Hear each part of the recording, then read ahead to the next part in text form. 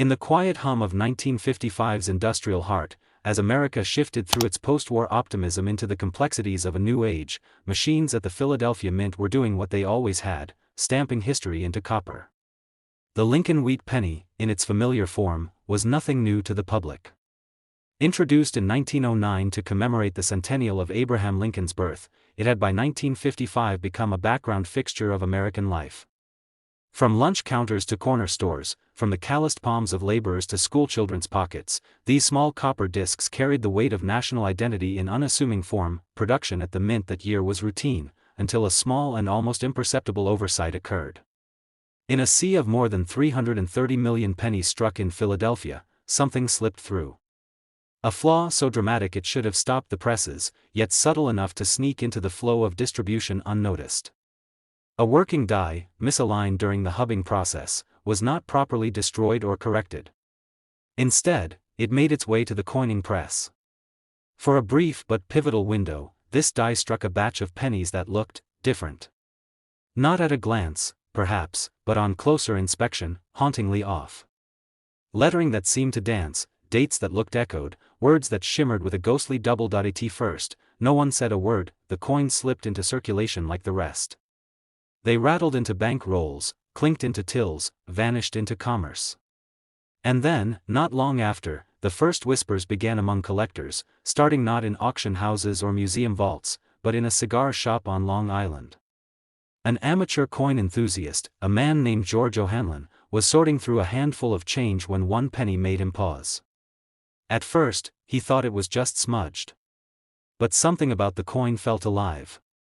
The date, 1955, seemed thick, like it was moving. And the inscription above Lincoln's head, "In God We Trust," looked almost like it had been printed twice. George brought the coin under a magnifying glass. There was no mistaking it. Every element on the obverse side, from the motto to the date to the word "Liberty," showed distinct doubling.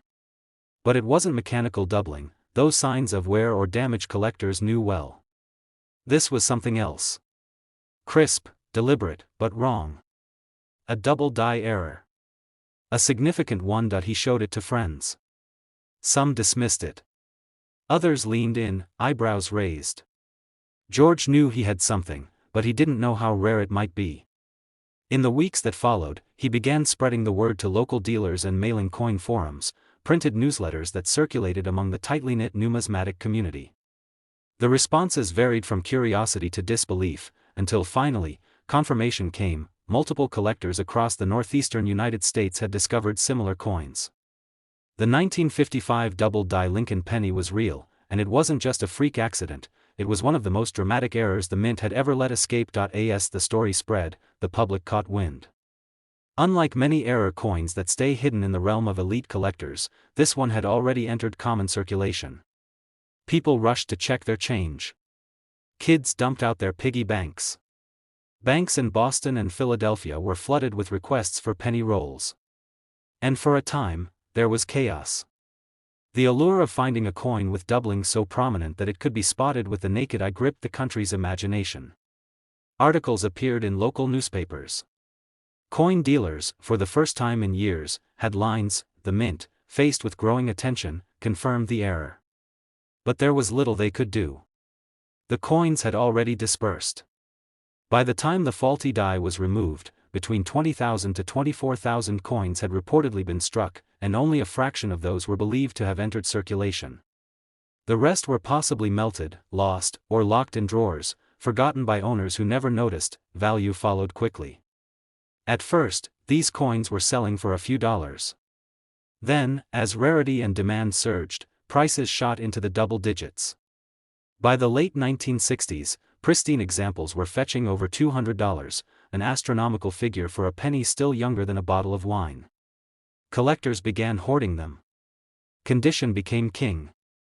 Coins that had escaped circulation and remained in near-mint state began commanding premiums that eclipsed many silver and gold coins of the era. Time. Only a handful of high-grade specimens remained in the public eye. Most had gone through hands and pockets, accruing scratches, corrosion, fingerprints. But every so often, a coin emerged in extraordinary condition. One such coin surfaced in 1993, graded MS-65 read by a major certification agency. It sold for over $10,000. Then another, in even better condition, crossed the auction block years later and drew stunned bids from across the globe. Today, the finest examples are valued well into five figures, and climbing, yet the true allure of the 1955 double-die Lincoln penny isn't just its price. It lies in its look, its surreal, double-stamped visage, the way it seems to reflect both perfection and imperfection in one glance. Collectors describe it as a coin that stares back at you. The doubling gives Lincoln an oddly stern countenance, as if silently aware of the mistake he's forever trapped in, but the story didn't end with just one coin. In 2009, a private collector revealed a variation no one expected. It was a 1955 Lincoln cent with slight doubling, but unlike the classic error, it bore inconsistencies only visible under extreme magnification. Die chips, subtle shifts in the placement of the letters, and a weak strike near the rim. At first, experts dismissed it as a worn die issue. But then, matching coins were found. A minor Class II double die, possibly struck on a separate day, suggesting that the 1955 mint had more than one issue lurking beneath its presses. This revelation reignited interest in the 1955 series. Collectors returned to their sets, scrutinizing not just for the bold error, but for variants and shadows of the mistake. Auction listings began using terms like lesser-known 1955 DDR and transitional anomalies. A second wave of excitement had begun, not about fortune, but about mystery. Today, the 1955 double-die penny is more than just a rare coin, it's a legend. Not because of its value, but because it defied the process, escaped detection, and entered circulation during a time of order and control. It's a reminder that even in a system designed for uniformity, chaos can leave a fingerprint. And for those who know how to look, truly look, there are still stories waiting to be found in the palm of your hand. In 1956, the United States found itself firmly in the post-war boom. The economy was surging, suburban America was expanding, and factories operated around the clock, churning out products from automobiles to steel, and in the heart of Denver, millions upon millions of coins. The U.S. Mint in Denver was working at near capacity, producing over 1 billion Lincoln cents that year alone. These were wheat pennies, the last full decade before a dramatic design change would sweep across American currency. By all appearances, the 1956 D penny was nothing special. Struck from 95% copper with a small touch of tin and zinc, and carrying the familiar profile of President Abraham Lincoln, it blended in with the sea of cents that passed daily through the hands of workers, schoolchildren, and shopkeepers. But even in such a mechanical, precise process, something can always slip through. In a back corner of a coin show in Tulsa, decades later, a soft-spoken collector named Harold Stratton unfolded a small piece of velvet cloth. On it sat a Lincoln cent that looked, at first glance, perfectly ordinary. A little wear, a little shine, until the light caught it just right. Then came the subtle shimmer. The date on the coin read 1956. The mint mark D, denoting Denver, was neatly punched beneath it. But to Harold's trained eyes, something didn't sit right. It wasn't the front, but the reverse. The wheat stalk seemed thicker than usual, the motto E pluribus unum slightly stretched, the edges imperfect. At first, he thought it was just a die deterioration effect, but something about it kept him frozen. Harold was no stranger to obscure minting flaws. For over 30 years, he had scoured estate sales, bank rolls, and forgotten coin albums in search of the unusual. He knew that most errors stemmed from haste, overuse, or overlooked equipment. But this penny, it was like a whisper in a crowd. Barely speaking, but undeniably different. He pulled out a jeweler's loupe and leaned in. That's when he saw the doubling. It wasn't bold, not like the famous 1955 double die. But it was there. The right wheat stalk had a shadowed edge. The word 1 cent had slight but unmistakable ghosting. He'd seen similar characteristics in obscure Class II hub doubling, but never like this. Still, he was cautious. He showed the coin to 3 seasoned dealers at the show. One shrugged it off. Another squinted and nodded, intrigued but non-committal. The third? He went silent, stared, and finally whispered, "You need to get this authenticated." Harold sent the coin to a prominent grading service, anxious but patient. When it returned weeks later, the label confirmed his suspicions. The coin bore a rare reverse double die error. A few similar coins had surfaced over the years, but none so clean, none with this level of preserved detail. The graders noted an unusual twist as well. Not only was the reverse doubled, but the coin exhibited a minor but distinct repunching of the D mint mark, a subtle layering that hinted it may have been struck with a reused or misaligned punch. That combination had never been catalogued before. What made this particular error so captivating was its silence over time.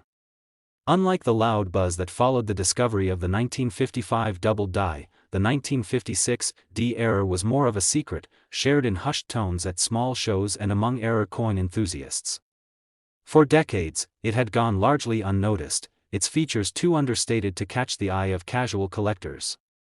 But those who knew what to look for were beginning to take notice. As Harold's coin began to make rounds in collector publications and niche forums, interest spiked.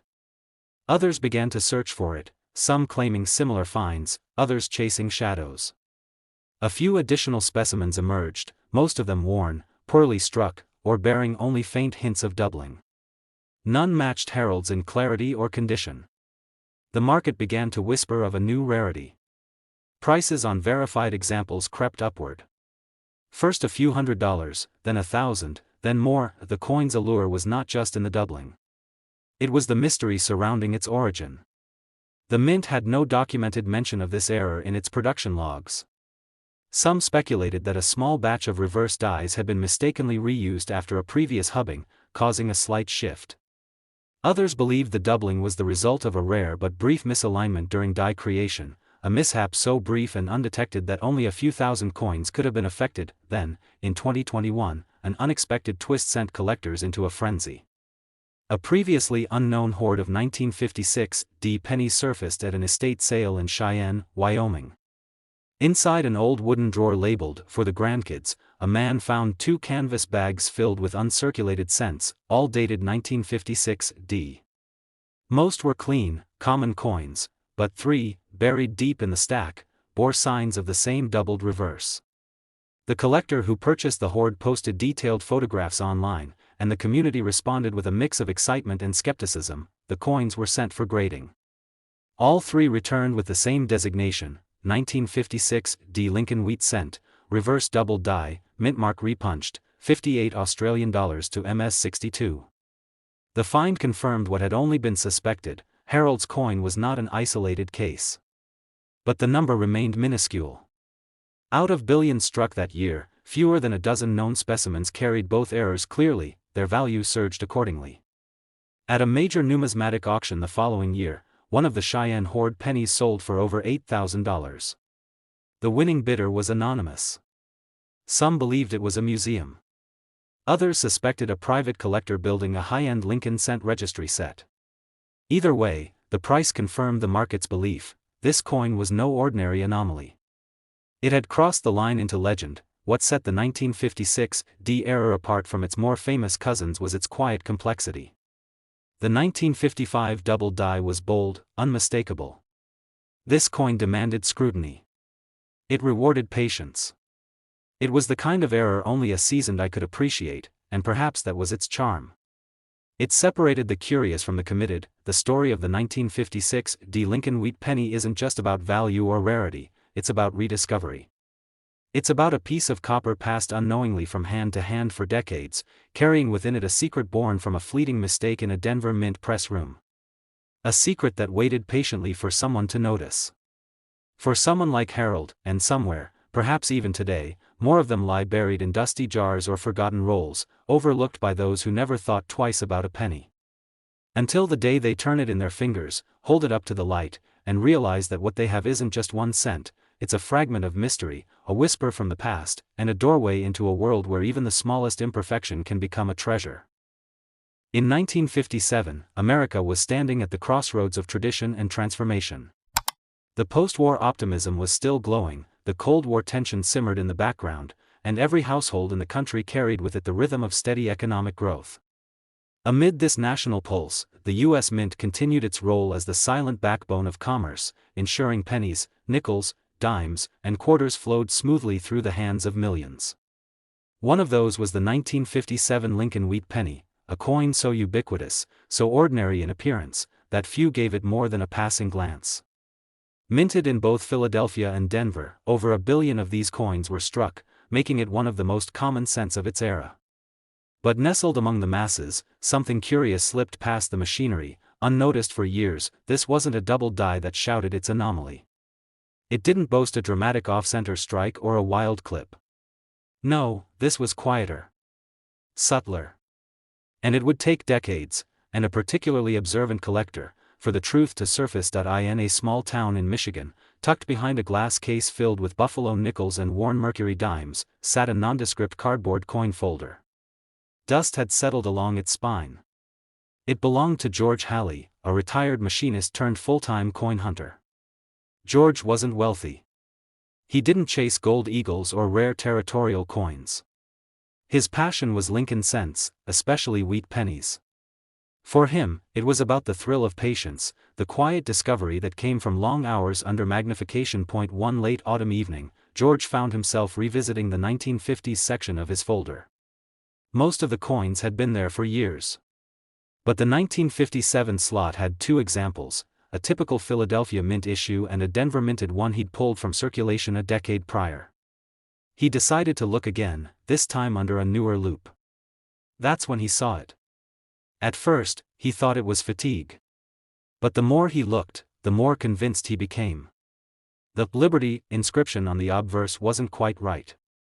The spacing seemed irregular. The B and E appeared to have faint echoes behind them. It was barely noticeable, but it was there. He moved to the date, 1957. The 5 had what looked like a slight shadow. Not the kind you get from wear, but from duplication. He turned the coin in the light again. There it was, the tiniest trace of doubling. His pulse quickened. Could it be a double die? And if so, why hadn't he ever heard of a 1957 double die cent before? George reached for his reference books. Nothing listed. Not in the Red Book. Not in the Cherry Picker's Guide. But he couldn't shake the feeling. The more he studied the coin, the more he was convinced this wasn't a fluke. The reverse sealed it. The wheat stalks were bolder, slightly tilted in appearance compared to other 1957 cents. Even United States of America had hints of extra thickness in the lettering. He contacted a local coin club. One member, a former mint employee from the Denver facility, examined the coin and raised an eyebrow. "You've got something strange here," he said. "This looks like hub doubling, not machine doubling. Very rare for this year." George decided to send it to a leading grading service. The wait was excruciating. He went through every 1957 cent he owned, hoping for a match. None came close. Finally, the coin returned, slabbed and labeled, 1957 Lincoln cent, double die obverse, -55 Australian dollars. His hands trembled. There was no formal record of this variety in circulation. It was as if he had uncovered a secret never intended to be known. The whispers began in online forums and niche collector circles. At first, some dismissed it as an anomaly. But the photographs told another story. The doubling was real. Gradually, other collectors began scouring their own collections. A handful of coins with similar traits were found, always in low grades, heavily circulated, barely holding on to the original luster. George's coin remained the best preserved example. The only known high-grade specimen, and with that recognition came the inevitable question, what was it worth? Offers began pouring in. Modest at first. Then thousands. One collector offered a trade, his entire Lincoln cent registry set for the coin. George declined. The coin wasn't just rare, it was mysterious. Where did it come from? How did the error occur in a year known for its precision and consistency? Theories emerged. Some speculated that in early 1957, a master hub used for die production in Philadelphia had a subtle misalignment during rehubbing. The resulting dies produced coins with light but real doubling. If any were caught by quality control, they were likely dismissed due to how subtle the doubling appeared. But a few made it out, just enough to leave a trail. Others proposed that an unrecorded die pairing might have occurred at the Denver Mint, where haste in meeting minting quotas could have allowed a flawed die to be used for a limited run. No documentation from the mint survives to support either claim, and so the mystery deepens. But one fact remains unchallenged. Among the billions of Lincoln cents produced in 1957, this rare double die stands alone in clarity and survival. As word of the coin's uniqueness grew, so did its value. At a national coin convention 2 years later, a collector whispered to George that another example, worn nearly smooth, had sold quietly in a private sale for over $4,000. And his coin? A prominent auction house estimated that if brought to market, it could exceed $12,000, perhaps more if enough bidders were intrigued by its story, but George wasn't selling. For him, the coin represented something money couldn't buy: discovery. It was a moment of clarity in an otherwise ordinary evening. A coin that had slipped through the fingers of countless people, unrecognized, unseen, until someone decided to look just a little closer. The physical features of the error, too, carried their own poetry. The obverse doubling wasn't aggressive, it was like a ghost behind Lincoln's portrait, a whisper of a second image suggesting time, movement, and imperfection. The reverse showed what appeared to be die fatigue, but more examination hinted at a slightly rotated die during the strike. That anomaly added a subtle clockwise tilt to the legend around the rim, further separating this coin from its standard issue siblings. The twist came when George, after months of contemplation, took the coin to a university materials lab. A curious friend there ran the penny through a scanning electron microscope. What they found surprised even the most skeptical observer: the coin had been struck from a die that bore the tiniest microfracture on the E in Liberty, not visible to the naked eye. That same fracture pattern was later identified on 2 other known error coins. That meant all 3 originated from the same die, a die no longer known in mint records. The lab inadvertently helped map a lineage for a mystery few even knew existed. George still keeps the coin in his safe, nestled between a steel cent from 1943 and a proof from 1909. Not because of its market value, though that's certainly grown. Not even because of its rarity, though that's undeniable. But because in a world rushing toward the future, sometimes the greatest treasures are those tiny pieces of history that dared to be flawed, silent rebels in a sea of perfection, waiting for the right pair of eyes to find them.